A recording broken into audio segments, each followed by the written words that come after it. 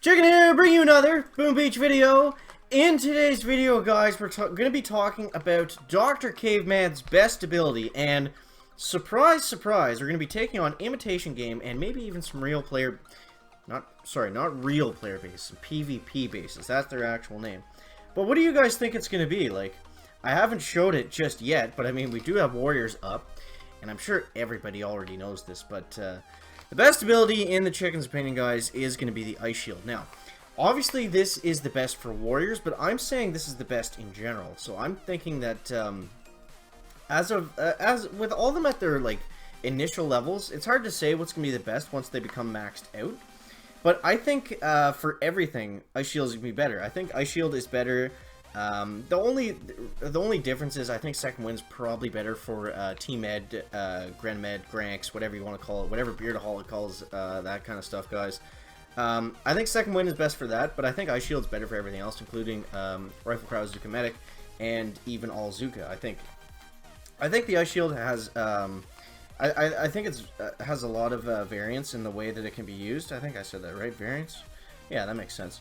But yeah, I think the Ice Shield is Dr. Caveman's best ability, guys, and let's go ahead and use it with the warriors. With the warriors coming up next, we got a red crystal, guys. Boom, there it is, starting off the video with a bang. We got a red crystal, we got a shock blaster piece, and we got some intel. So, also I want to say that there's an opening in the chicken coop. We have two guys that have to leave for some reason. So, if you want to join up and you're a max level player, okay. So, not just everybody join. The requirements are you have to be a max level player and you have to have like max level troops and be good at operations, basically. So yeah, that's basically the qualifications you need to get into the coop, guys. Just be Voodoo. Actually, Voodoo and Martigician, just come back, please. We miss you very much. So we'll get the Ice Shield going up like this, guys, and 1 and 2, boom. Alright, so we actually lost that that one stupid warrior there that greased out at the back. And you notice there's no waterfall in this base. It's just volcanic rock. And we have these little plants going out of them, which is pretty interesting, guys. I mean, think about it, like, I've talked about this before, I guess, but it's pretty rare for plants to grow out of rocks. And here we go, guys. Here's the Boom Beach waterfall. If you want to hear, if you want to do a video just on the waterfall and some like the lore and like things behind it that haven't really been explained yet by anybody, let me know that down in the comments, guys. We can definitely get that going. So let's keep it going with the warriors here and see what we can get done, guys. So we have Steve-O.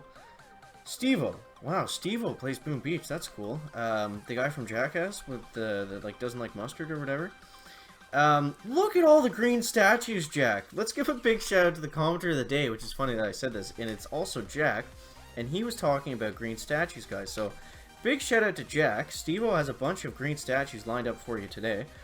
So I hope you get a kick out of that. And let's let the warriors kind of run loose here, guys, and see what we can get done. Let's go ahead and flare up onto this mortar. I think that's going to be where we want to go to first. Next, I'm going to flare, and you see I'm going to flare just in front of the HQ. That's actually going to keep the warriors in line a little bit better, because if I would just simply flare it onto the HQ, then they would spread out as wide as the HQ is, and I walk that way rather than just kind of going into the spot and then spreading out and going to the HQ, which works a little bit nicer. So some advanced warrior tech there for you guys if you're interested in that. And boom, let's get the Ice Shield up. And can we do this with 0 losses, guys? 1, 2, 3, and 4. Boom. We lost a couple warriors. I'm not sure how or where, but either way, guys, either way, big shout out to Jack, big shout out to Steve-O, and let's go ahead and dive on into Stage 6, guys, and see what we have in store for today. So, also let me know down in the comments what you think the best or your favorite Dr. Caveman ability is. Yeah, let's keep going with the warriors. Let's keep going with the warriors. I was gonna switch to Zukas, but yeah, whatever.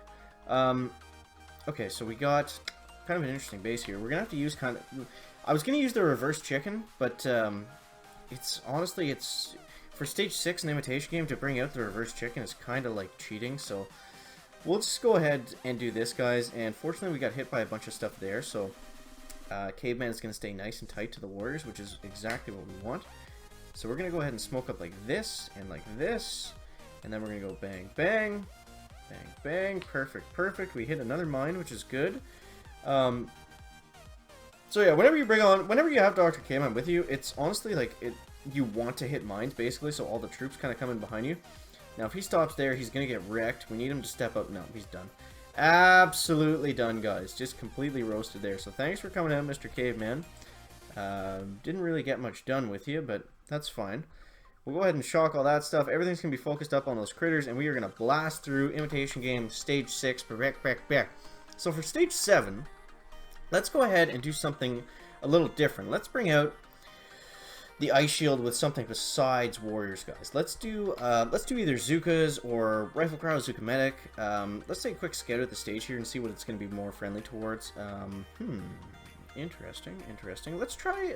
I'm kind of feeling a Rifle Crowd Zuka Medic, guys. I haven't done one of those in a while, so yeah, let's get the Rifle Cryo rifles loaded up here, and we got Caveman, we got the Ice Shield, and let's go ahead and dive on into wherever Hammerman is hiding right here, guys. Stage 7, attack 1 of 2. So we can't really be screwing around too much here, guys, because one more attack that we fail, and that's going to be it for Imitation Game for the chicken. Alright, so we're going to take out these rockets first. They're kind of healthy rockets, but that should be okay. We'll go like this, and then we're going to need another one there. Hopefully take all that out. Okay, good. And next up, let's get the critters going out like this. And you see how I like to spread out all my troops right there in the landing, guys? We're actually going to go ahead and use the Ice Shield right here so we don't lose too many of the boom cannons. But that's to keep, you want to keep them spread out with Rifle Cryo Zuka Medic. Because you run into problems when you have them all grouped up and you hit a machine gun or a shock launcher or something like that you really don't want to.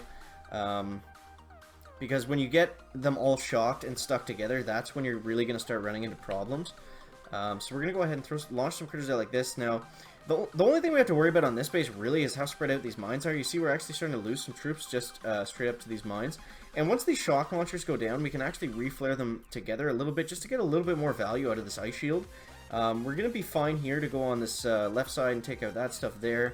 And let's actually go ahead and shock up these mortars right here. Now we can go ahead and use the Ice Shield. I'm just trying to see where Dr. Caveman is. Okay, we're going to use the Ice Shield on this side. And we're going to keep the mortar shocked on the right side. And that's going to allow a bit of a buff on both angles. So we're going to be helping out both sides there. So now we can just spray up the medkits. And let's go ahead. Let's flare back, guys.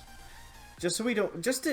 I'm only doing this just to keep some more troops alive, so I want to flare back, and then I want to use the Ice Shield right when the flamethrower kicks in. We're going to throw down a medkit there, and we're going to go ahead and take down Imitation Game Stage 7, guys. So, I really like the Ice Shield for Rifle Crowd Zuka Medic. I think it's probably the best. I do think it's better than Battle Ores. I do think it's better than Iron Will.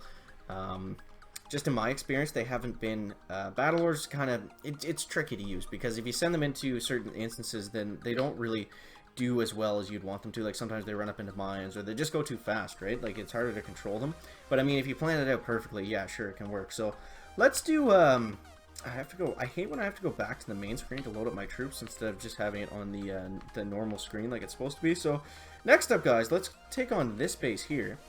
And the only thing we really need to be worried about on this base is that Dr. Caveman, we can't let him run into we can't let him be picked off by this grappler. Where's the third rocket launcher? It's hiding way in the back here, guys. So we're going to go ahead, artillery there, artillery here, and artillery here. So, alright, so now all we really need to focus on, I can go ahead and launch them all together here because there's nothing on the beach that we have to be worried about. They're going to spread out by the time they reach the flags anyway, so that's going to be fine.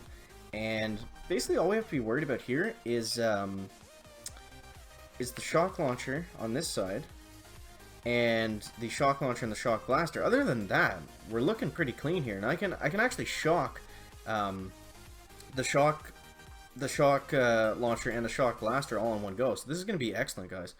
All right, so next up, the shock blaster is still hitting the critters, so that's fine. Next up, we want to go ahead and we're going to start throwing a shock down here, and I wasn't sure if I should flare up the troops there like that or save the Ice Shield, but either way, it doesn't matter.